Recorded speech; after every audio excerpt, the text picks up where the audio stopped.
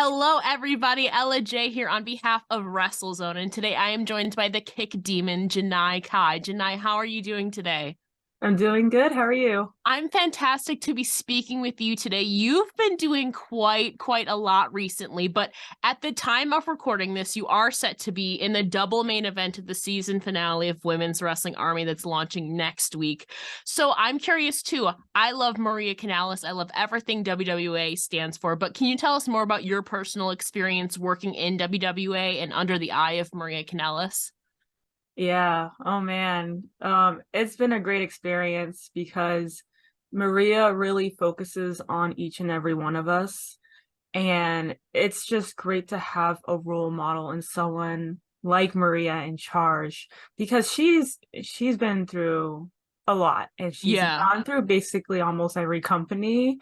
And she's just been able to really teach us and guide us in the right direction. And she knows what to do creative wise too. And she knows how to basically use each and every one of us. Like we're all different in our own way, but she already knows what she wants to do with us individually, which is awesome because, when you go to like other promotions, sometimes you don't know if you fit in, Yeah. or like you're probably like, oh, I don't know if they really want to have me here again, or if they see me being like a good feature on their show, or to be able to come to their shows again. And like we always have that in our mind, but Maria has been able to really work with us and make sure that she helps us grow in that sense, and she really makes us feel welcomed. And I feel like too, you're also in a roster that cultivates like creative energy. I feel there's a lot of veterans in there. Like we've seen Deanna Prazo, Tasha Steele's in there, Taya was there, the Hex has been there, obviously Masha's in there too. So you've been also to work with a bunch of women who you might have not been able to work with otherwise. I know you've worked with a bunch of them on the indies, but it's also cultivating new opportunities too, I feel. Yeah, it does. And I love working with all of them too. They're great, and it's always a good time, especially backstage, just to, just chill and like talk and like, catch up because Yeah. we don't really see each other a lot too.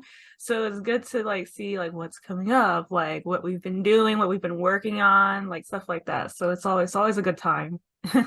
Yeah, and you've been having like I alluded to earlier, you've been having a really good time. Obviously, you have Mania Week coming up next week. That's going to be huge. But Yeah. last month, you obviously fulfilled your dream of going to Japan where you wrestled for TJPW. And you said previously that you learned a lot while you were there. So can you tell us some of the things that maybe you learned about yourself or maybe in wrestling just from your experience there?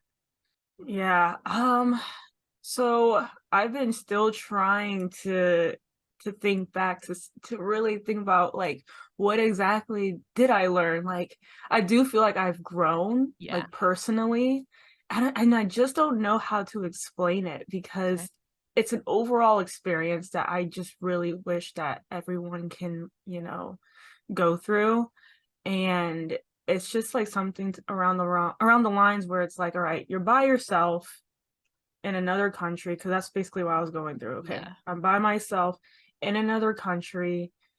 Okay, now I'm really taking in how it is to be kind of like a professional wrestler in a sense where now I'm at another level. And, you know, I was able to have guidance from other people that were over there too. Like I was able to meet up with some people and really learn from them how it is wrestling in Japan. And so I learned a lot from them when it comes to that, and just how to continue to go back over there because I do want to go back to Japan and continue to wrestle there. So I was asking a lot of questions around that, but also just observing how they do work over there and how things go down. It definitely is different when it comes to organization, because they're really on point with certain things when it comes to like taking care of the wrestlers and how the whole itinerary is for the whole day. Because the way that I experienced it, the show was early in the day and it wasn't at night like how it usually is over here in the States where the show is later at night, some in the morning, but like typically it's later, like Yeah. at 7 or 8 p.m. when the shows happen. But over there, you're doing a show like at 12 p.m. or even like 3, I would say is the latest.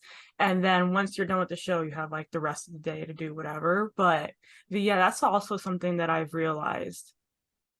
I feel like too we just talked off air briefly about it. You wrestled a show last year in Dallas at 9, like 9 in the morning. Yeah. I was there for it. I think we were all super tired. So I would say noon, 3 p.m. isn't as bad, maybe it's like an early morning match.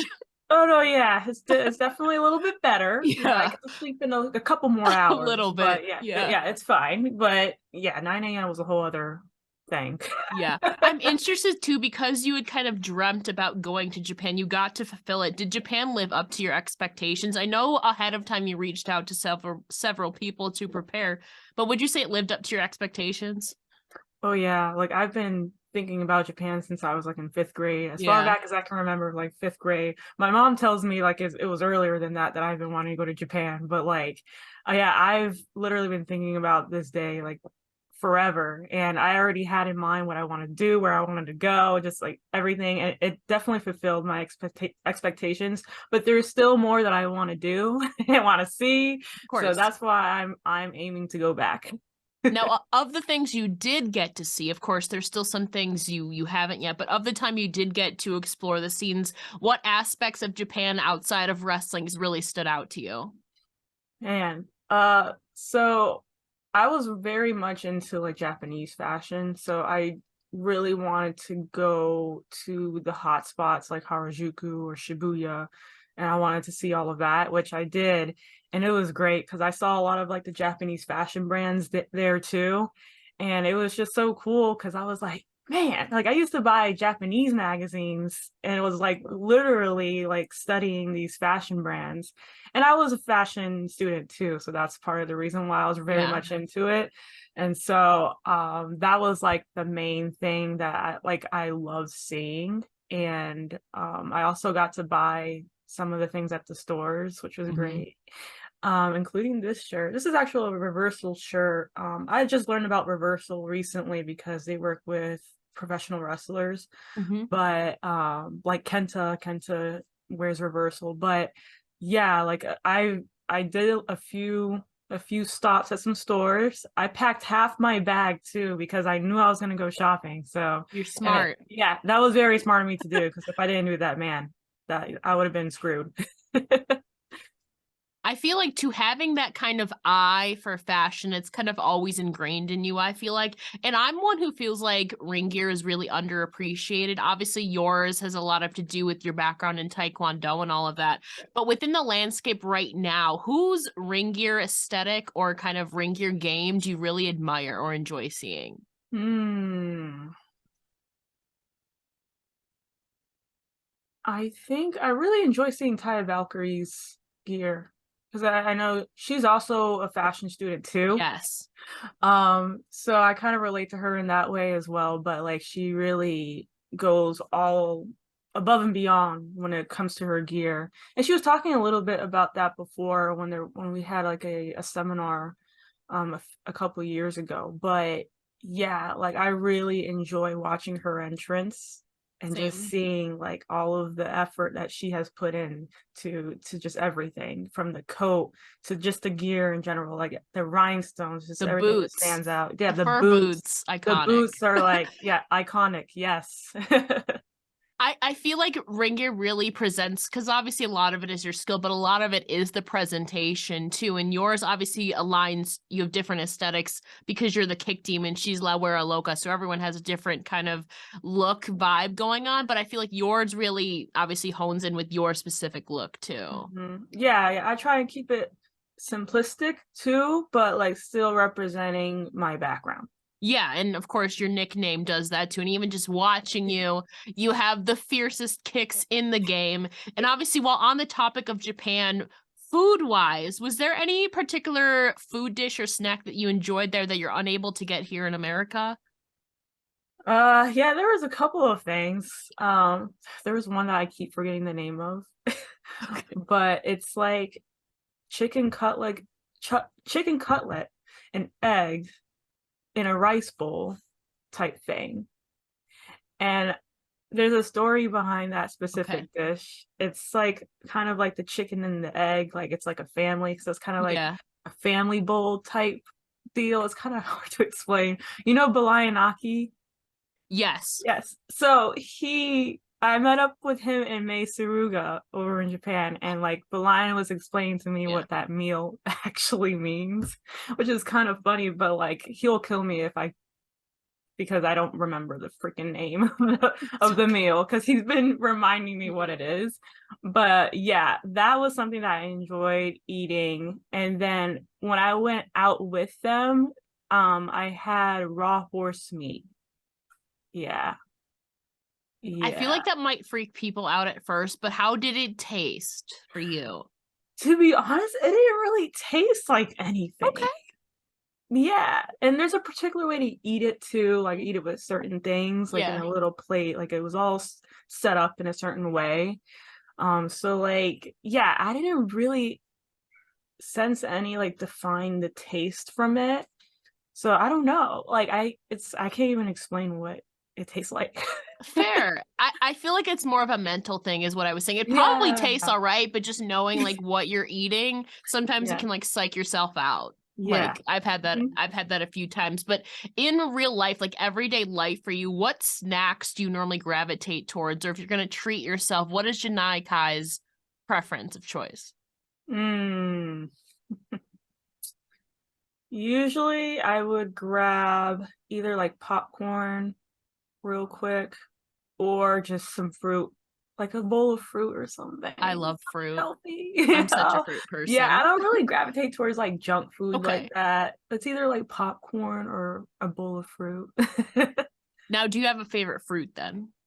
Yes, I Okay, do love me too. strawberries. I do love strawberries, I like any like berries, really. Same, same.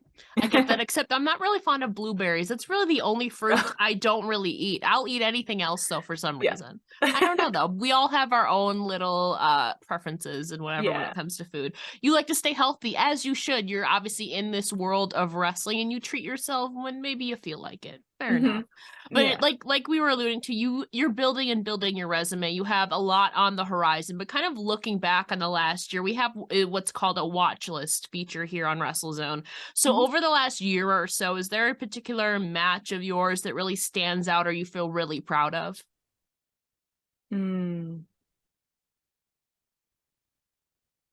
There's a couple of them. Okay. Definitely, okay, so me versus Jungle Kiona Garden from Garden State? State. Yeah. Um, that was definitely one because I believe that was the first time I was wrestling a Joshi like one on one. So that was like a time where I was like really trying to prove to myself that I Yeah. can hang with them basically. And that was a fun match. I'm very proud of how that match, became. And yeah, I appreciate Kiona too. She's wonderful. I met up with her in Japan as well when I went over there. But yeah, that match and then my match against Queen Aminata at Women's Wrestling Army, for sure, because I don't know, me and her kind of have this vibe in a sense. Like I know we live different lives a Yeah. little bit, but like we still can relate to each other. I think it's more of like a passion thing, like we and motivation thing. Like we both have the same mentality when it comes to that. And we were able to like put that together in the ring. So I I really, really loved that match too. So like Fiona, Queen Aminata, and then recently, in Japan, like with Miyu Watanabe, yeah, that was another moment where it was like a confirmation moment to me where I was like, yeah, this is where I want to be. And that's where you are. And like you Yeah. said, through those experiences, you've continued to grow and grow as a person. I think we all strive to keep growing just in life in general. So throughout your career so far, how do you think that you've grown as a person and as a competitor through your time in the sport so far? I've grown tremendously because I've even been through like a horrible injury Yes. that took a toll on my mental health, but like I still kept strong with that. Like I knew I had to, and I knew it wasn't the end for me. Like thankfully, because that like a neck injury is like the worst, probably the worst injury you can have. And like ever since then, that's where just everything started just going up. And like I'm so thankful for that, just I mean, I'm not thankful to break my neck, but No. but that was something, that was supposed to happen. Everyone has their story, and that's my story. Like that's what kind of made me grow and who I am. Yeah, and I think I remember it was a while ago, but I think it was an article or something that said like that you mentioned the doctors didn't predict that you would ever like wrestle again. And Oh yet yeah. you still pushed through. How do you think that you were able to do that and kind of defy the odds? It's like a it's like when you know Yeah. yourself. You're like, "Nah, like, I know, I feel it." Like, they told me, like, the first follow-up, they told me, "Yeah, like, you're not gonna be able to wrestle, no more wrestling," basically. Yeah. And I just kinda sat there in silence because I wasn't even gonna try and, like, have a conversation or try Yeah. and And so, I just continued to just eat healthy, made sure that I was recovering, healthy, wasn't rushing anything. And then the second follow-up, the doctor said, "Okay, you can go back to wrestling, but don't do what you did before." Yeah. I'm like, "Okay." So that was like, a little step up for sure because even the doctors, their decision kind of changed a little bit. But yeah, ever since then, like it's just been, stay healthy. My stretching routine has changed. Been focusing more on getting my strength back in my upper body because that was totally gone. And slowly getting to it back into it as well. Because when it comes to recovering from an injury, like you cannot rush recovery. Patience is key. You cannot do it. Your body Yeah. won't let you do it, no matter what. Even if you think, oh, well, like I did this, so I'm good. No, that's just a little step. Like you can't just hop back into the ring just because like you're able to just lift 5 pounds, like or just like like just like for a little thing. Like really take your time because the more time you take, the better the recovery will be.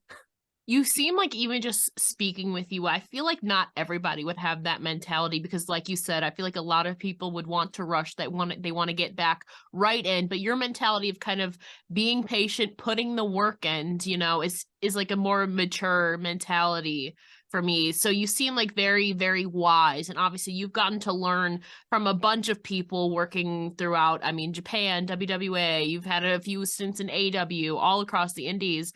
Has there Mhm. really been any words of wisdom or advice that has really stuck out to you throughout your career so far? Hmm.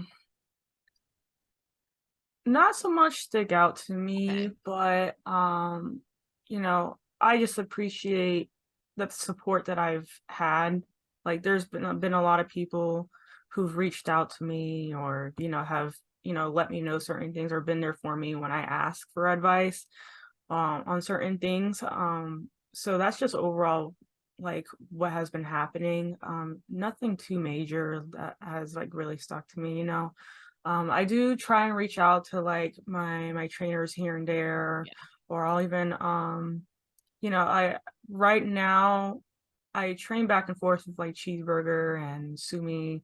Sumi, like she moved to Florida, but like I still like keep in touch with her and things like that. So like I appreciate like their support too and everything because they like the Cheeseburger, like he sees what I'm doing. He's always like, giving me like the most positive Yeah. comments and everything. What has been some of obviously, I mean, Sumi's been around since forever. She's currently on her kind of retirement tour. Cheeseburger has been around for a while. He's still very active. What has been some of that feedback that you've received, maybe that you could share?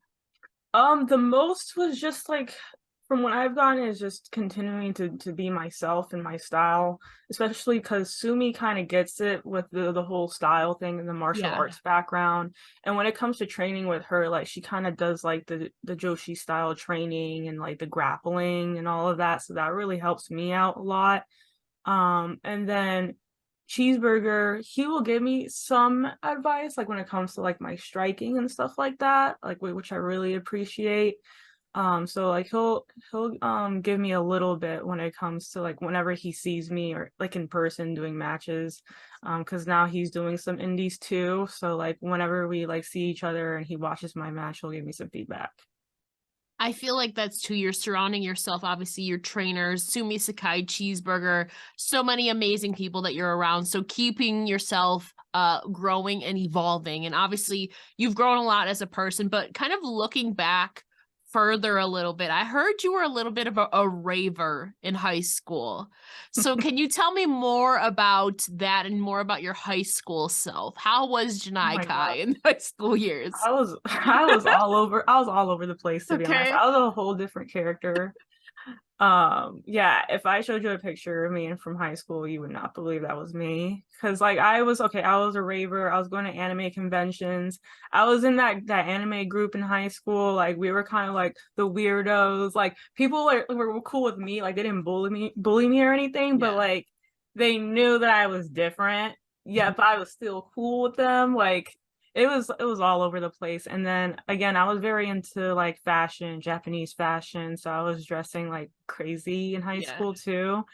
So yeah, it was a good time. Like I'm glad I lived my high school years that way because I just did so much, and like I'm just thankful for the friends that I had too because they were carefree and just did whatever they wanted to do and stuff. So it was cool to hang around them. Now, when you're talking about raves, maybe I'm thinking of a rager where it's more like music based, or a rave's more like parties and like get-togethers and stuff. Maybe it's just me not knowing. So the raves for me started at the anime convention. Okay.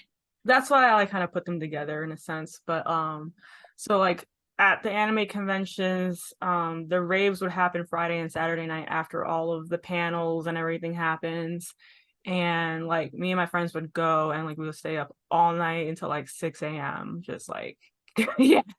But yeah, so the raves would happen there. And like I was under 18 too. So like the 18 plus raves like I couldn't go to that Yeah. were outside of anime conventions. So that's when I would go to raves. And then finally, when I turned 18, that's when I started going to other raves and Mhm. festivals outside of anime conventions. Now, I know maybe you weren't a cosplayer, but I know a lot of people when they go to conventions do cosplay. I know there's other things you can do, but what would you normally do when you were at these conventions besides the raves, of course?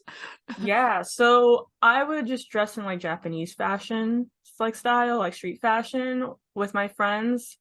Or I would dress up as somebody, but like as like a, because I was into Japanese rock music too, so I would dress up as a Japanese rock band member.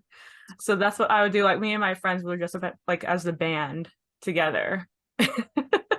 I wish I could see some of these photos of what you would wear to these. I feel like it's so different from what you are now because like you said Yeah. before, you're kind of minimalistic. You obviously have a different character now, but I just want Yeah. to I wish I could see just Janai just out in your anime kind of Oh my gosh. everything. I still Oh, have those pictures for sure. They're stored. They're yeah. stored in a profile somewhere that I don't Fair. add everybody in. No, But no. Fair like, enough. I get that. yeah, I like to keep those though and just to remember like those memories. Yeah. You mentioned obviously Japanese rock music. What does your general music taste look like now? Well, I still have my Japanese rock Yes. playlist. Like I'll still play it for nostalgia reasons, like just to like, go back. But I have the Japanese rock. I have some K-pop in there too. And then I don't even know how to explain it. Okay. It's like very dark rap grunge playlist. It has it has groups like the Suicide Boys, Ghost Main, like it's very like yeah. I don't even know how to explain it. It's just like they're rapping, but it's like intense. Yeah. Like you want to like go fight or work out, like lift heavy, like type I music. feel like that would motivate you. Yeah. Oh yeah. And I walk out to Suicide Boys, Yeah. usually like for GCW, JCW. That's usually the song I'm walking out to. Interesting. Yeah. What are some of the bands in the Japanese rock genre is the word I'm looking for? Yeah, so there's one specific type of like subgenre in J-rock called Visual K, and they're more dark, like I don't know how to explain their style.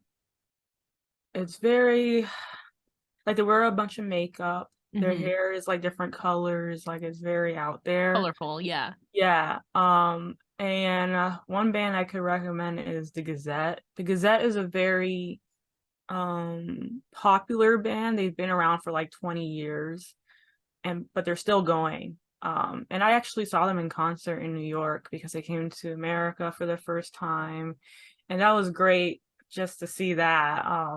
They were so good at live, so I definitely recommend checking out the Gazette. That's like the most popular band I could recommend for you. Interesting. I'll have to look them up because I'm very curious. I've never listened to it, but I'm curious because there's so many genres and like subgenres out there that you can go Mhm. down this rabbit hole and then maybe find a genre that you didn't even know that you needed in your life, you know? Yeah. Oh yeah. I'm curious. I have two more questions for you. Outside of wrestling, we've established you love anime. Obviously, music is big for everybody, but how else do you spend your downtime? What activities or things do you like to do for fun or kind of unwind? Well, I do like to draw. Like I doodle a little bit, like to draw Yeah. with like my pen, like really cool designs on my sketchbook. I like to do that. And then I just got back into sewing again, but not with the sewing machine. I just like hand sew like Yeah. little things or just adding little things to like my clothes. Like I started doing that again. But overall, I always try and think of like new content to make. Um, yeah, like I just like to do anything creative wise, as you can see. Yeah, I feel like too you could incorporate something you make maybe into like a little like part of your like I don't know, part of your ring gear or something, just Yeah, something small, you know? yeah, which I recently did. So whenever like whenever I think of something creative, it has to Yeah. do with either like wrestling or just maybe something personal, but usually Yeah. it's like wrestling related. Yeah. Yeah. Wrestling is basically our lives. I Yeah. get that. But obviously you mentioned too creating content. I know not everything we do we see on social media. We kind of present what we want and it can be a really useful tool on obviously building your brand and networking, but it can also be really toxic sometimes. So Yeah. how do you sculpt a healthy relationship with social media? How do you keep yourself in check when it comes to that? Uh, so I kind of just not even try to pay too much attention to the timelines, specifically Twitter. You know, that's Like fair. I'll scroll, I'll see what's going on, what the updates are, announcements. Yeah. But if it's like anything remotely close to being negative or starts like critiquing certain things, like from like like just certain like trolls out there that just want to start acting like they know everything about the business, like if it's stuff like that, I'm like, all right, I'll get off real quick Mhm. because I can't even read this. This is ridiculous. This is already ridiculous that I'm reading this. So I just get off. Whatever, I'll come back later. It's always going to be there for the most part, but like, yeah, I don't even try and pay attention too much. Like I mean, I've seen comments about me here and there, but like even so, I don't try and like react to it or Yeah. make like a tweet about someone saying something about me. Like I don't even try and give the energy or entertain those people about what they say, you know? That makes sense. But, you know, as we're talking about social media, I'm going to end it by having you plug your social media. So, can you tell the people where they can find you when they're creating a positive environment? Yeah. So I'm on Instagram and my handle is Janai_Kai. And then Twitter is the same thing, Janai_Kai. You can follow me on both platforms. I'm also on Patreon, patreon.com/Janai Kai, where I post like daily blog posts, some like sit down video, like update videos too. So you can subscribe on there too. Janai, thank you so much for chatting with me today. It's been an absolute pleasure. Now I have some bands to go check out. Yeah. So, thank you for that. Yeah, no problem.